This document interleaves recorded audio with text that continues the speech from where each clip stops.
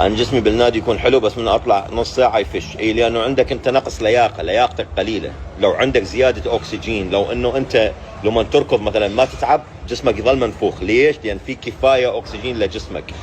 للأسف الكلام ده مش صحيح خالص. الموضوع ملوش علاقة بالأكسجين الموجود في الجسم. في دراسة سنة 2003 واللي بتأكد الكلام بتاعي إن الموضوع ده بيحصل عن طريق حاجة اسمها تمدد العضلات، وفي نفس الوقت بيحصل حاجة اسمها بامبنج، يعني ضخ الدم. ضخ الدم في العضلات أثناء التمرين بتاعك، العضلات بتاعتك بتتمدد وبيحصل فيها تركيز في ضخ الدم في العضلات أثناء التمرين. لما بتوقف تمرين الجسم بيبدأ يوزع الدم أو ضخ الدم على الجسم كله، فبيبان إن أنت فشيت زي ما بيقول في الفيديو. علشان تحل المشكله ديت فانت ممكن تعمل 5 حاجات مهمه جدا. اول حاجه هي نسبه الدهون في الجسم. اهتم ان جسمك يكون ناشف علشان يبقى فيه بروز عضل او يبقى فيه الماسلز بتاعتك 3D. تاني حاجه هو التمرين المستمر.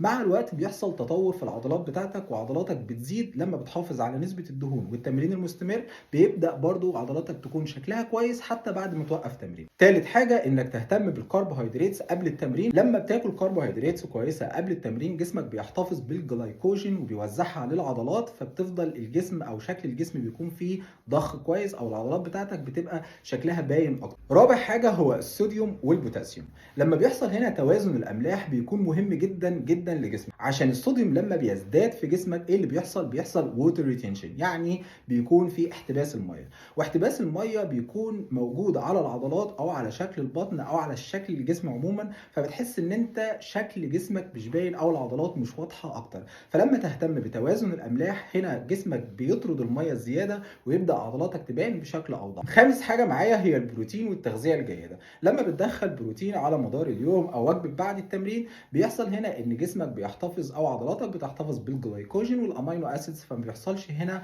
فش او ان عضلاتك تبدا تخس او الخسسان نفسه اللي هو فقدان العضلات. فالموضوع ملوش علاقه خالص بالاكسجين، هو له علاقه بحاجه اسمها البامب، وده اللي بتوضحه دراسه بعنوان Muscle does not enhance blood flow in exercising skeletal muscles، وده اللي بتاكده الدراسه وبتاكد الكلام اللي انا قلته في اول الفيديو.